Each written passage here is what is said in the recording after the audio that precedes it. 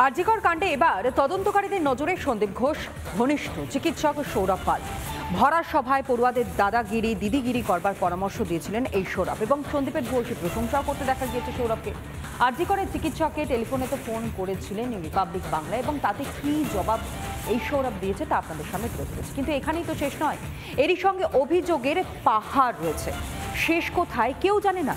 এবার সন্দীপ ঘোষ ঘনিষ্ঠ চিকিৎসক অভিজ্ঞদের বিরুদ্ধে বর্ধমান মেডিকেল কলেজের ক্যান্টিন দখলের অভিযোগ হাসপাতালের সরকারি ক্যান্টিনের একাংশ এক ব্যক্তিকে টাকার বিনিময়ে দিয়ে দেন তিনি। অভয়াকাণ্ডের পর সব জানাজানি হতেই বেপাত্তা ক্যান্টিন মালিক, আর অন্যদিকে ক্যান্টিন কমিটিতেও মূলত জলজল করছে অভিজ্ঞদের নাম। এসএসকেএম থেকে কিভাবে বর্ধমান মেডিকেলের ক্যান্টিন কমিটিতে উঠছে সেই প্রশ্ন, অভিজ্ঞদের ভূমিকা নিয়েও প্রশ্ন। দেখুন, এসএসকেএমের জুনিয়র ডাক্তার অভিজ্ঞদের বিরুদ্ধে থ্রেড সিন্ডিকেট চালানোর অভিযোগের পর এবার ক্যান্টিন দখলের অভিযোগ। রাতের অন্ধকারে বর্ধমান মেডিকেল কলেজের ক্যান্টিন তিনি দখল করেছেন বলে অভিযোগ। অভিজ্ঞদের রাত্রে এসে ওই দরজাটা দম দম করে বুটের শব্দ ভাঙছে। আমাদের কর্মচারীরা সব এখন কোনো শুয়ে আছে ভয়ে, বুঝছে দেখো এরকম মেরে দিলে কাতিদার দেখো মেরে দেবে হয়তো। আমি বলছি কী হলো রে, দেখি দুম দাম করে কোনো কথা নয়, দুমদাম করে ভাঙছে। এই ক্যান্টিনে বিক্রি হবে, তুমি এখানে কি করছো? আমি যা খুশি করতে পারবো, তুমি কথা এর মধ্যে কিছু করবে না। দেখো আমি তোমাকে কদিনের মধ্যে ওইখানটা আমি সব নিয়ে নিচ্ছি। এমন আতঙ্কিত, ওরাও ভয়ে ওদের নিজেদের পাস করতে পারবে না, এইগুলো নানা রকম ব্যাপার নিয়ে ওরাও দেখুন চুপচাপ হয়ে গেছে।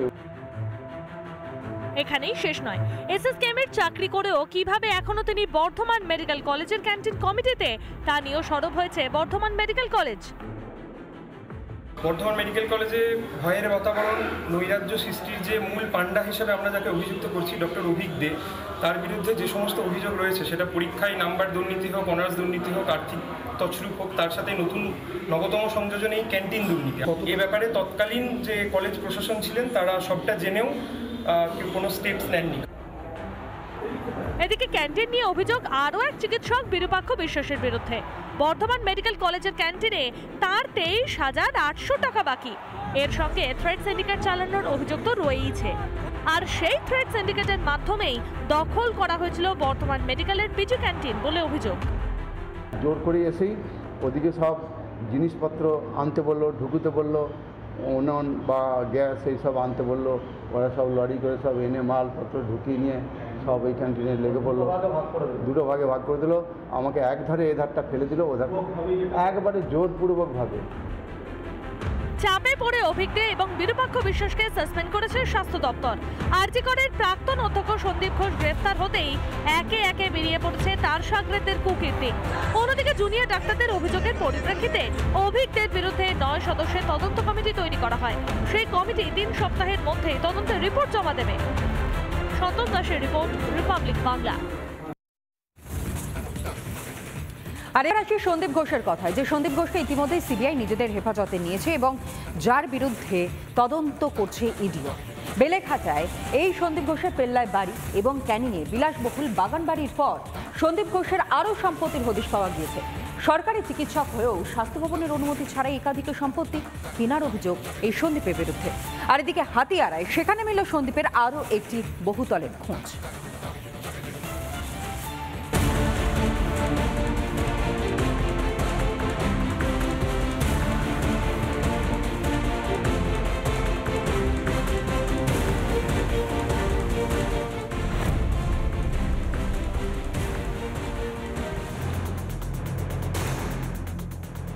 ঠিক কতটা সম্পদশালী আরজিকরের প্রাক্তন অধ্যক্ষ সন্দীপ ঘোষ? দিন যত এগোচ্ছে ঝুলি থেকে একে একে বেড়াল বেরোচ্ছে। ছড়িয়ে ছিটিয়ে থাকা সন্দীপের একের পর এক সম্পত্তির তালিকা বাড়ছে। অভিযোগ উঠছে কোনো নিয়ম কানুনের তোয়াক্কা না করেই নাকি বিপুল সম্পত্তির অধিকারী সন্দীপ ঘোষ। সূত্রের খবর, সন্দীপের বাড়ি থেকে সম্পত্তি সংক্রান্ত একাধিক চাঞ্চল্যকর নথি হাতে এসেছে ইডির। 2014 থেকে 2016 সালের মধ্যে একাধিক সম্পত্তি কেনেন সন্দীপ ঘোষ। একের পর এক সম্পত্তি কেনার সময় স্বাস্থ্য ভবন থেকে কোনো রকমের অনুমতি নেননি তিনি। অথচ নিয়ম বলছে সরকারি চিকিৎসকদের কোনো সম্পত্তি কেনার আগে স্বাস্থ্য দপ্তরের অনুমতি নেওয়া বাঞ্ছনীয়। আরজি করের অধ্যক্ষ পদে থাকাকালীন 2020 সালের আগে কেনা সম্পত্তিগুলির অনুমতি আদায় করে নেন সন্দীপ। ক্ষমতার জেরে এই উলটপুরাণ ঘটিয়েছিলেন সন্দীপ। ইতিমধ্যেই নজরে এসেছে ক্যানিংয়ের সন্দীপের বিলাসবহুল বাগানবাড়ি। বেলগাছিয়ার ফ্ল্যাট ও বাড়ির পর এবার হাতিয়ারায় সন্দীপের আরও একটি বাড়ির খোঁজ মিলেছে। ঘোষ ভিলা নামের এই প্রকাণ্ড বাড়িতে থাকেন সন্দীপের বাবা মা। সন্দীপ কুকীর্তির সামনে আসতে শুরু করার পরই নাকি বাড়ি তালা বন্ধ, বাড়ির দেওয়ালে সাঁটানো সিবিআই এর নোটিশ।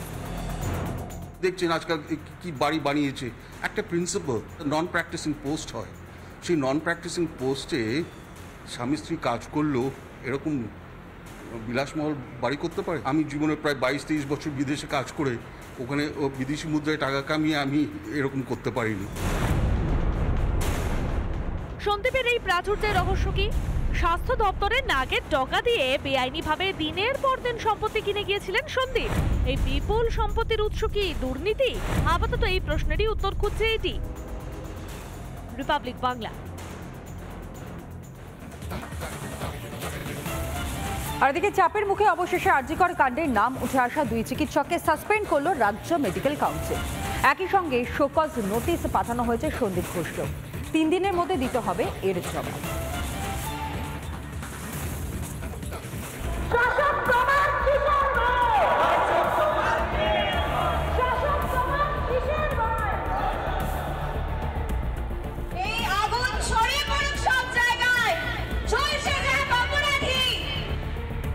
অভয়াকাণ্ডে প্রবল চাপের মুখে পড়ে অবশেষে টনক নড়ল রাজ্য মেডিকেল কাউন্সিলে।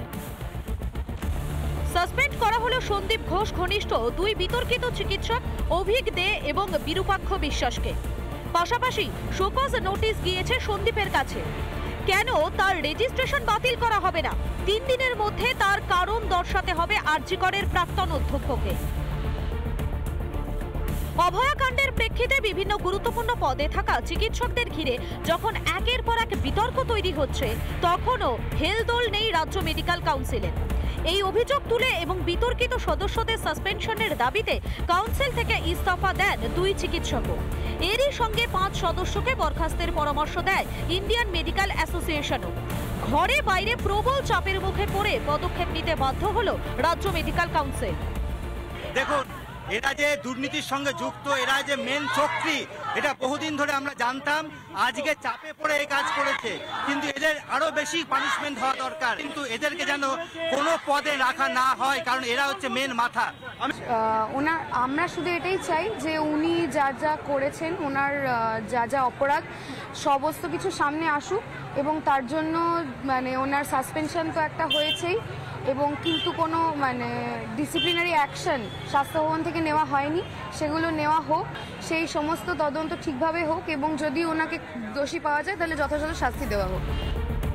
কেন পদক্ষেপ করতে গড়িমসি করলো রাজ্য মেডিকেল কাউন্সিল? বিতর্কিত চিকিৎসকেরা তৃণমূল ঘনিষ্ঠ বলেই কি পদক্ষেপ করতে এতটা সময় লেগে গেল? রিপাবলিক বাংলা।